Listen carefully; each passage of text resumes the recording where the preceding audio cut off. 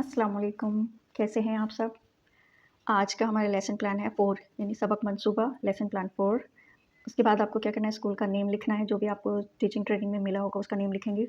और ये एक कॉलम ऐसे बनाना है, अगर आप इंग्लिश में बना रहे हैं तो आप ये कॉलम इंग्लिश में बनाएँगे, और अगर आप हिंदी में बना रहे हैं तो हिंदी में लिखेंगे, और अगर उर्दू में बना रहे हैं तो आपको उर्दू में लिखना है। ये मैंने आसानी के लिए इंग्लिश और उर्दू दोनों में लिख दिया है, तो आपको वन ही लैंग्वेज चूज़ करनी है, दोनों नहीं चूज़ करनी है। इसके बाद आते हैं उन्वाने सबक, यानी सबक का मतलब होता है टॉपिक, कौन सा टॉपिक है आपका, कौन सा टॉपिक आप पढ़ाने जा रहे हैं। तो आज का हमारा टॉपिक है वो हरूफ जो मिलाकर नहीं लिखे जाते हैं, यानी जो वो हरूफ जो दूसरे हरूफ के साथ मिलाकर नहीं लिखे जाते हैं। आज का हमारा ये टॉपिक है, इसी के ऊपर लेसन प्लान बनाया है।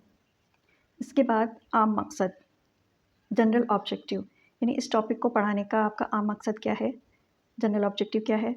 नंबर 1, तलबा में लिखने और पढ़ने की दिलचस्पी पैदा करना, तलबा की ज़हनी ताकत को फ़रोग़ देना यानी बढ़ावा देना, तलबा में गौर व फ़िक्र को फ़रोग़ देना यानी बढ़ावा देना, उनकी जो सोचने समझने की सलाहियत है उसमें इजाफ़ा करना, तलबा में याददाश्त को फ़रोग़ देना यानी उनकी जो मेमोरी है, याददाश्त मतलब मेमोरी, उसको बढ़ावा देना, फ़रोग़ देना या इजाफ़ा करना। के बाद आते हैं ख़ास मकसद यानी स्पेसिफ़िक ऑब्जेक्टिव, आप जो टॉपिक पढ़ा रहे हैं उसका ख़ास मकसद क्या है, उससे बच्चे क्या सीखेंगे। तलबा उर्दू लिखना और पढ़ना जान सकेंगे, यानी जो हरूफ हैं, जो दूसरे हरूफ के साथ मिलाकर नहीं लिखे जाते हैं, उनके बारे में पढ़ाएँगे तो वो और अच्छे से लिखना और पढ़ना जान सकेंगे। नेक्स्ट आता है प्रीवियस नॉलेज या साबका मालूमात, यानी बच्चे पढ़ाने से पहले कितना उनको आता है बच्चों को, तलबा हरूफों को पहचानते हैं और लिखना भी जानते हैं।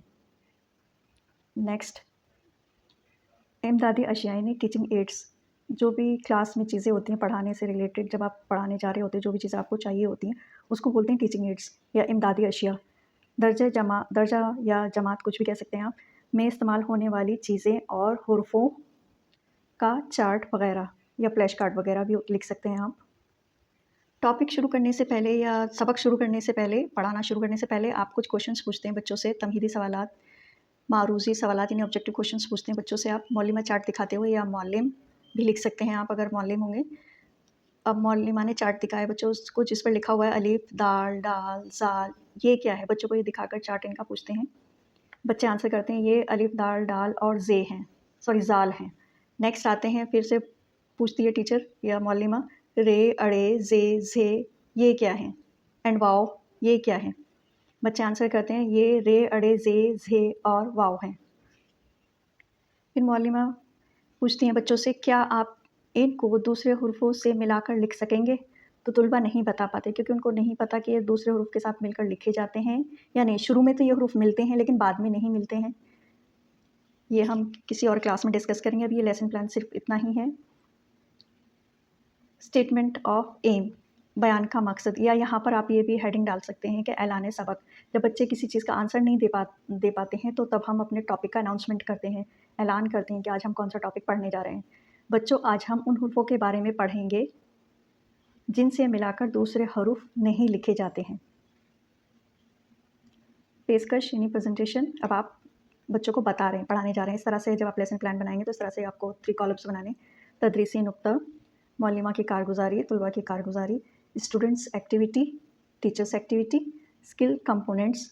स्किल कंपोनेंट्स होता है कि जो आप टॉपिक पढ़ा रहे हो उससे बच्चों को क्या समझ में आएगा या बच्चे क्या सीखेंगे।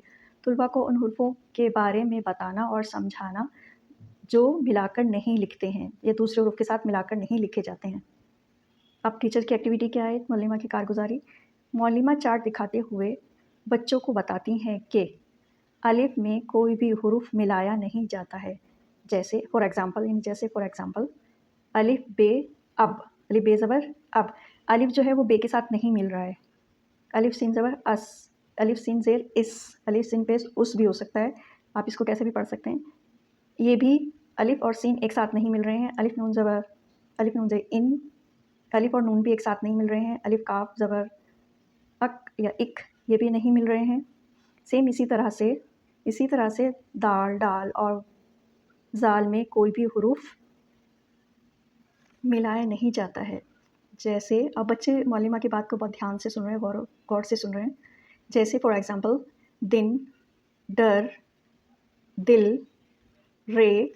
अब आप देख रहे होंगे दाल और नून एक साथ नहीं मिल रहे, डाल और रे एक साथ नहीं मिल रहे, दाल और लाम एक साथ नहीं मिल रहे, रे और ये एक साथ नहीं मिल रहे हैं। اسی طرح سے رے، اڑے، زے، زے اور واؤ بھی دوسرے حروف کے ساتھ نہیں ملائے جاتے ہیں، جیسے رے جمع کاف یعنی رک، رے جمع سین رس، واؤ جمع ہے وہ، دال جمع واؤ دو۔ اب بچے کیا کر رہے ہیں، اسٹوڈنٹس کی کارگزاری کیا ہے یا اسٹوڈنٹس کی ایکٹیویٹیز کیا ہے؟ طلبہ دھیان سے سنتے ہیں اور لکھتے ہیں، یعنی بچے ساتھ ساتھ میں سمجھتے بھی جا رہے ہیں اور لکھتے بھی جا رہے ہیں۔ تختے سیاہ کا کام، اب ٹیچر نے بچوں کو ایکسپلین کر دیا ہے، معلمہ نے بچوں کو ایکسپلین کر دیا ہے۔ اب معلمہ تختے سیاہ پر لکھیں گی، بلیک بورڈ پر لکھیں گی، دال جمع نون دن، دال جمع رے ڈر۔ آپ یہ بھی دیکھ رہے ہیں بچوں کو ساتھ ساتھ یہ بھی بتانا ہے کہ دال اور رے ایک ساتھ نہیں مل رہے ہیں، دال لام، دال جمع دال دل، دال جمع میم دم، دال جمع رے در، دو دن رک۔ یہ دو الفاظ کا ایک سینٹنس ہے، دو لفظوں سے بنا ہوا ایک سینٹنس ہے، دو دن رک۔ ان میں بھی کوئی بھی آپس میں نہیں مل رہا ہے، دو دن رک۔ اسی طرح سے الف جمع بے اب، الف جمع نون ان، الف جمع سین اس، الف سین جمع اس، واو جمع ہے وہ۔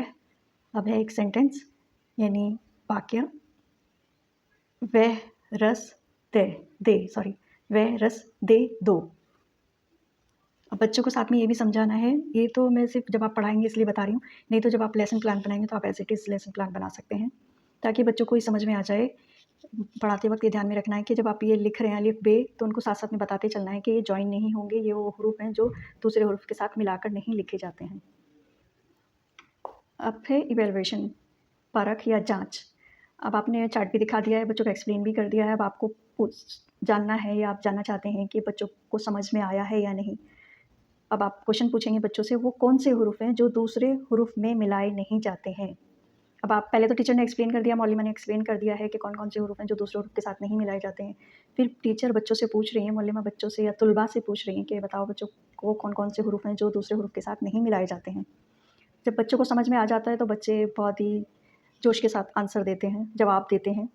اب آتا ہے گھر کا کام یعنی ہوم ورک۔ معلمہ نے جو بھی بورڈ پہ لکھا ہے اس کو ہوم ورک کے لیے دیا ہے تاکہ بچے جا کے دوبارہ سے اس کو لکھیں۔ طلباء تختے سیاہ پر لکھے الفاظ لکھیں گے اور طلباء ان حروفوں کو یاد کریں گے۔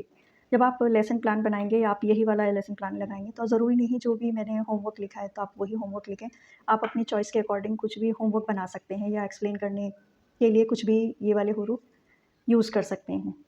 اوکے، ملتے ہیں نیکسٹ ویڈیو میں، تب تک کے لیے خیال رکھیے، ٹیک کیئر، بائے بائے، اللہ حافظ۔